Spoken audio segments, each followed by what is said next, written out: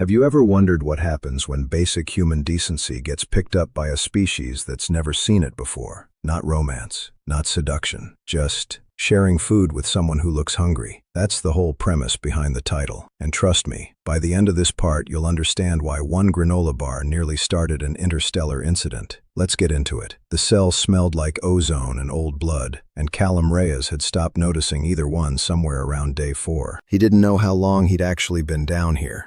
Time didn't work right in Dravaki holding blocks. No windows, no clocks, just a pulsing blue light in the ceiling that dimmed every so often, presumably to mimic night, presumably to make the prisoners feel like something was still normal. It wasn't. Nothing about this was normal. 3 weeks ago, he'd been flying escort for a supply convoy near the Kesson line. Now he was folded into a 4x6 containment cell with a busted rib and a ration schedule that gave him 1 nutrient bar every 26 hours, like clockwork. Like they'd actually done the math on how little a human needed to survive without dying on their watch. He ate slow, not because he wanted to, because there was nothing else to do with his hands. The first time he noticed her, he almost didn't. She was 3 cells down, behind a wall of reinforced glass instead of bars, which should have told him something right away. Prisoners didn't usually rate glass. Prisoners got bars, and a guard rotation that treated you like cargo. She had glass, and a guard rotation that treated her like she might shatter. She sat very straight. That was the first thing he noticed. Even folded onto that bare floor with her knees drawn up, there was something in her spine that refused to slouch, like slouching had been trained out of her before she could walk. Her skin had a faint iridescence to it, pale violet under the cell lighting, and her eyes were too large for her face in that way alien faces sometimes were. All pupil, no white. She didn't look at him. Not once. Not for 3 days. On the 4th day, she looked like she was disappearing. He noticed it the way you notice a candle burning low. Not all at once, just a gradual dimming that becomes obvious right before it goes out entirely. Her shoulders had started to curve in. Her hands, folded in her lap, had gone thin at the knuckles. And she hadn't touched food. Not once. He'd watched 3 separate meal drops go past her cell. Some kind of gel pouch on a tray, slid through a slot. And every single time, she left it untouched until a guard came back later and took it away again. Silent. Like this was expected. Nobody starves a prisoner they're trying to keep alive. Not on purpose. Not unless the prisoner is doing it to herself. "Hey," he said on the 5th day, quiet enough that it wouldn't carry to the guard station at the end of the block. "You planning on eating anything? Or is this a whole tragic hunger strike thing you've got going?" She didn't answer. She didn't even flinch. But her eyes moved, just slightly, toward him, and held there for exactly 2 seconds before sliding away again like she'd caught herself doing something forbidden. That was more of a response than he'd gotten from anyone in this place in 5 days. So he countered it as a win. He started talking to her after that. Not because he expected conversation, she never spoke, never so much as nodded, but because the silence in this place had teeth, and talking kept them from closing on him. He told her about the convoy he'd been flying escort for. He told her about his sister back on Earth, who still thought he flew a desk job because he'd never had the heart to correct her. He told her on the 7th day that the food here tasted like chewing on a battery, and that if she was going to starve herself to death out of some alien death cult principle, the least she could do was let him know so he could stop wasting perfectly good conversation on a corpse. Her mouth twitched. Not quite a smile, but something. By day 9, his rib had healed enough that he could sit up without wanting to scream, and he noticed something new. She was worse. Visibly worse. The iridescent shimmer in her skin had dulled to something closer to gray, and her hands shook now when she folded them. A fine, constant tremor she seemed to be fighting to hide. Whatever was happening to her, it wasn't a hunger strike out of protest. It looked more like something she wasn't allowed to stop. That was the day his own ration bar dropped through the slot in his door, and he looked at it, and he looked at her, sitting 3 cells down with her spine still painfully straight, and her body quietly failing, and he made a decision that would have sounded insane to anyone who hadn't spent 9 days watching someone starve in glass captivity. He broke the bar in half. The guard on duty was young, for whatever young meant on a Dravaki soldier. smooth-plated, quick to blink. The kind of nervous energy that suggested this was still a new posting for him. Callum caught his eye through the bars, held up the broken half of the ration bar, and jerked his chin toward the glass cell. "She's not eating," he said. "I don't know what your rules are. I don't care. Just get this to her." The guard's mandibles went very still. That was the first sign something was wrong. A stillness that had weight to it, like the air itself had changed pressure. He didn't move for a long moment. Then, slowly, almost reluctantly, he took the half-bar from Callum's hand with something that looked disturbingly like reverence and carried it to the glass cell. He didn't slide it through a slot. He knelt and passed it through a small aperture at the base of the glass and said something in low, rapid Dravaki that Callum's translator implant didn't catch fast enough to render. The queen, because that's what she was, though Callum wouldn't learn the word for another 2 days, looked at the offered half-bar like it might bite her. Then she looked past the guard, straight at Callum, for the first time in 9 days holding his gaze without looking away. And she reached out and took it. The reaction on that cell block was immediate, and it was nothing like what Callum expected. The guard staggered back from the glass like he'd touched something electrified. Down the corridor, a second sentry's weapon actually dropped from his grip and clattered against the floor. Somewhere above them, an alarm began to pulse. Not the harsh collision klaxon he'd heard during his capture, but something slower, almost ceremonial. A deep, tolling note that seemed to vibrate up through the deck plating itself. Callum sat back against his cell wall, watching chaos ripple down the corridor from a single broken granola bar, and had the distinct, sinking feeling that he had just done something significantly worse than he intended. "What?" he said slowly, to no one in particular. "Did I just do?" Nobody answered him. But 3 decks up, in a command chamber humming with tension, an officer was already relaying an emergency transmission to a high matron who had not left her private chambers in 11 cycles, informing her, in careful and frightened language, that the captive Queen Illyra Vesh had just accepted a Threxa offering from a human. The alarm didn't stop for 6 hours. Callum spent most of that time flat on his back on the cell floor, staring at the pulsing blue light in the ceiling, running through every possible way he'd just made his situation worse. He'd broken a granola bar in half. That was it. That was the entire crime. And somewhere above him, an entire warship had apparently gone into some kind of ceremonial lockdown because of it. He didn't get answers until the guard came back. Not the young, nervous one from before, a different one, older, plated in dark bronze instead of the standard gray, with the kind of unhurried presence that suggested rank. He stopped outside Callum's cell and looked at him for a long moment, the way you'd look at an animal that had wandered somewhere it had no business being. "You understand what you have done," the guard said, not a question. "Genuinely, not even a little," Callum said. "I gave a hungry person food. Is that a crime here? Because if it is, your legal system needs some serious workshopping." The guard's mandibles clicked together in something that might have been a laugh, if Dravaki laughed. "A crime? No, worse. You have performed Threxa. That a bad word? It is a binding word." The guard crouched slightly, bringing himself closer to bar level, voice dropping. "Among my people, food is not casual. It is not simply fuel. To offer food from your own portion to someone who has none, under duress, without expectation of return. This is the oldest courtship rite we have, older than our written law. It says, 'I will feed you when you cannot feed yourself, and I ask nothing back.' Only a mate offers this. Only a mate accepts it." Callum sat up very slowly. "She's not just some prisoner," the guard continued, watching Callum's face for the moment the information landed. "She is Illyra Vesh, reigning queen of the Dravaki Dominion, sovereign of 11 colonies.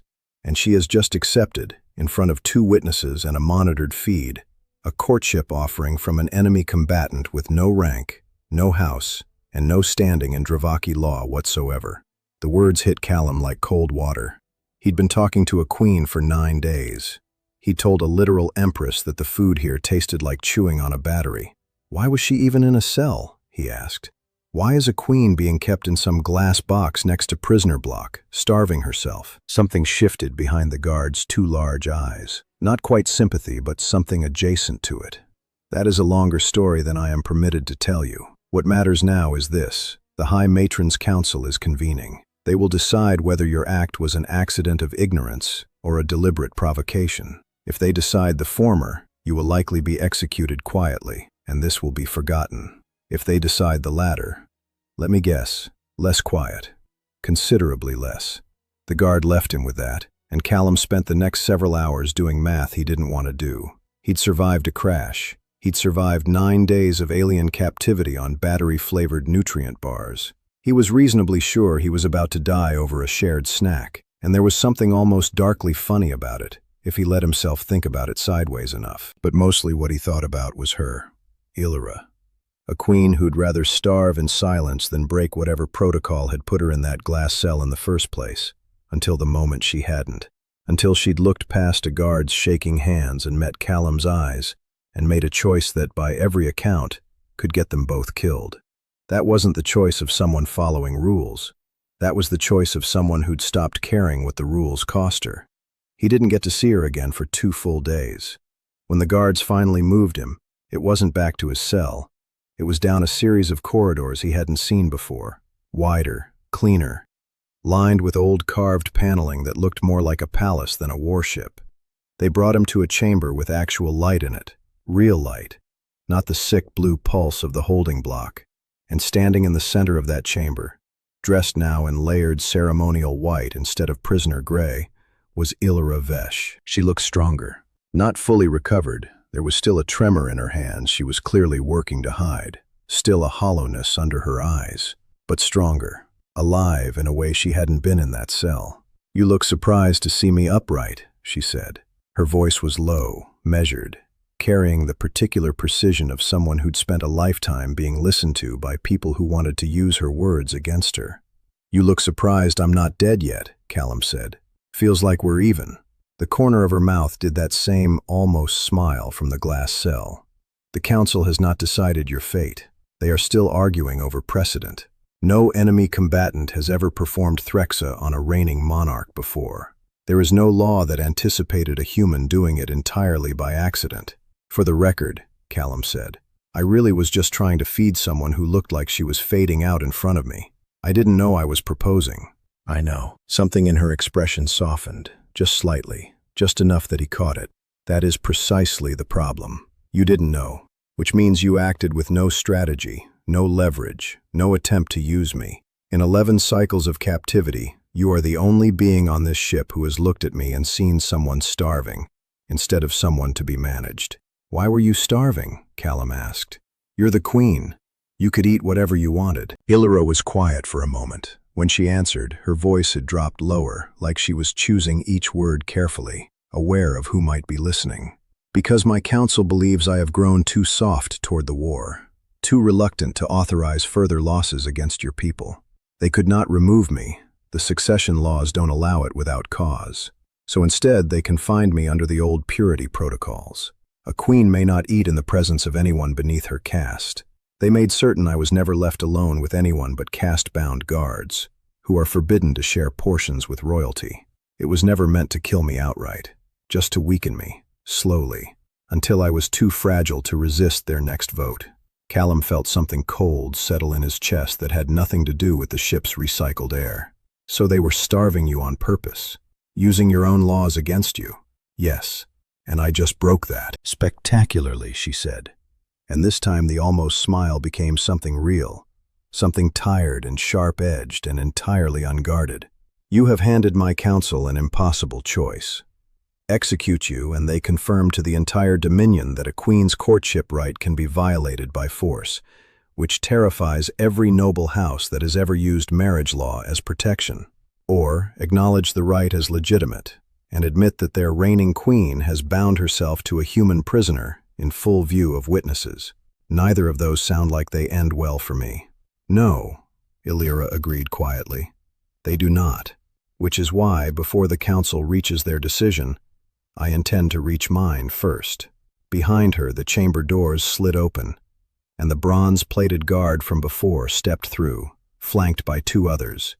And behind them, unmistakable even at a distance, the rigid, gilded posture of a high matron who had not left her chambers in 11 cycles until tonight. Illyra didn't turn to look at them. She kept her eyes on Callum, and for the first time since he'd met her, he saw something in her expression that looked less like a queen calculating her next move, and more like a person about to gamble everything she had left. "Whatever I say in the next few minutes," she said quietly, "do not contradict me."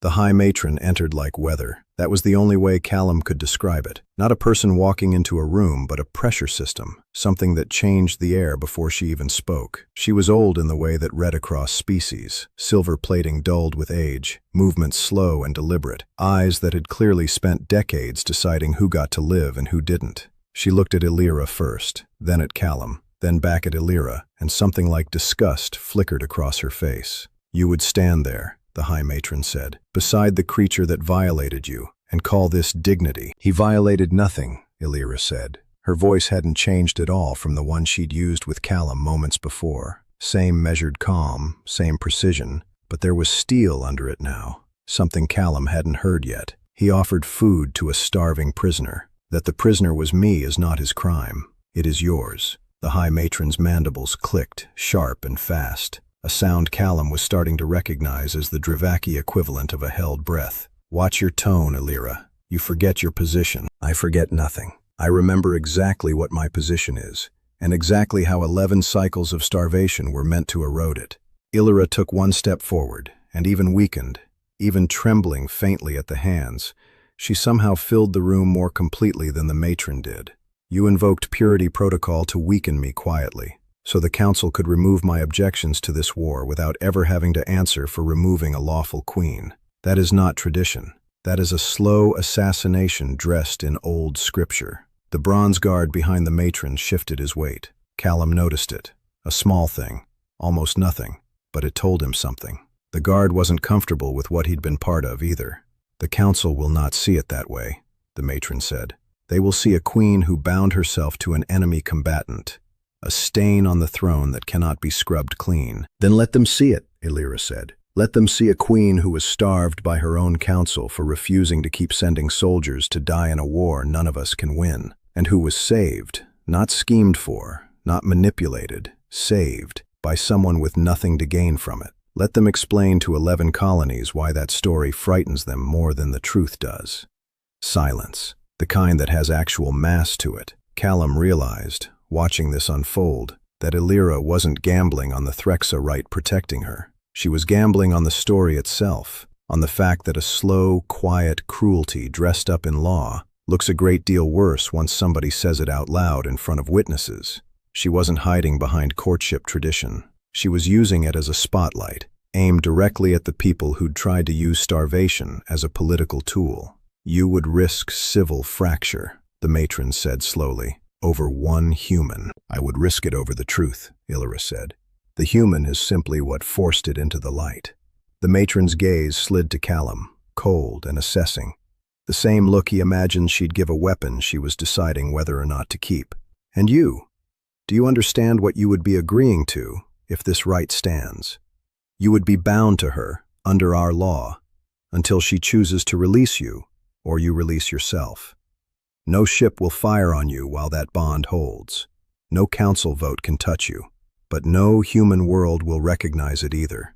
You would belong nowhere, fully, ever again." Callum thought about his sister back on Earth, who thought he flew a desk job. He thought about 9 days of talking to someone through glass because the silence had teeth. He thought about the exact moment Illyra had looked past a guard's shaking hands and chosen, deliberately, to take what he'd offered instead of letting herself fade out quietly to satisfy people who'd never once looked at her and seen a person instead of a problem.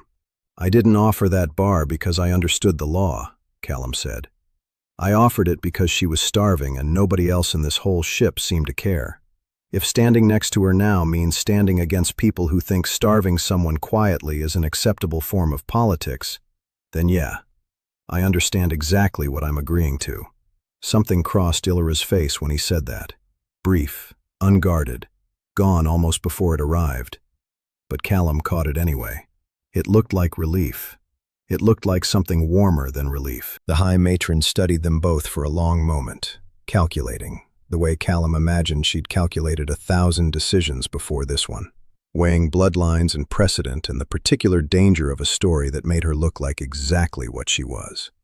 "The council will not accept this quietly," she said finally. "They don't have to accept it quietly," Elira said. "They only have to accept it." The matron turned without another word and left the chamber, guards falling in behind her, the doors sliding shut on a silence that felt, for the first time in what Callum guessed was a very long while, like it belonged to someone other than the council. Elira exhaled, slow and shaking, the composure she'd held through the entire confrontation finally cracking at the edges now that the danger had actually passed. Callum caught her arm before she could fully steady herself, and she let him, which told him more than anything she could have said out loud. "That was either the bravest thing I've ever seen," Callum said, "or the most terrifying. I genuinely can't tell which." "Both," Elira said. "It is usually both, with anything worth doing. So what happens now? To us, to the war, any of it?" She looked up at him, and for the first time since he'd met her, starving, silent, refusing to look away from a stranger through reinforced glass, she looked something close to unguarded. "Now, the council has to reckon with a story they cannot bury. Now, the war I've been trying to end quietly becomes a war half the Dominion starts questioning out loud. And now," she added, quieter, "I no longer have to eat alone." Callum huffed something close to a laugh, tired and disbelieving and warmer than he expected. "You know, back home, courtship usually starts with dinner and a bad movie. Not a hostage situation and a governmental crisis. Your species has strange customs," Elira said. And there it was again, that almost smile, except this time it didn't stop halfway. Outside the chamber, the tolling alarm that had shaken the ship for 6 straight hours finally went quiet, replaced by something that sounded almost like the ordinary hum of a ship simply continuing to exist. Somewhere above them, word was already spreading through 11 colonies about a queen who'd been starved by her own council and saved by an enemy she'd never asked anything of. It would take weeks before anyone fully understood what that meant for the war. It would take longer before Callum understood what it meant for him. But for now, in a chamber with real light in it for the first time in 9 days, he stood beside someone who had chosen him back, deliberately, with everything on the line. And that felt like more than enough to be getting on with. I have to be honest, out of everything I've covered on this channel, this one stuck with me a little differently. Most HFY stories run on raw power. This one ran on something smaller and honestly harder to pull off. Someone just choosing to notice another person's suffering when nobody else would. That's the whole engine behind this story, and I think that's exactly why it hits the way it does. If you enjoyed this one, drop a like. It genuinely helps this channel more than you'd think. And subscribe to HFY Soundscape so you don't miss the next one. I've got more stories like this lined up, and I'd love to have you back for them.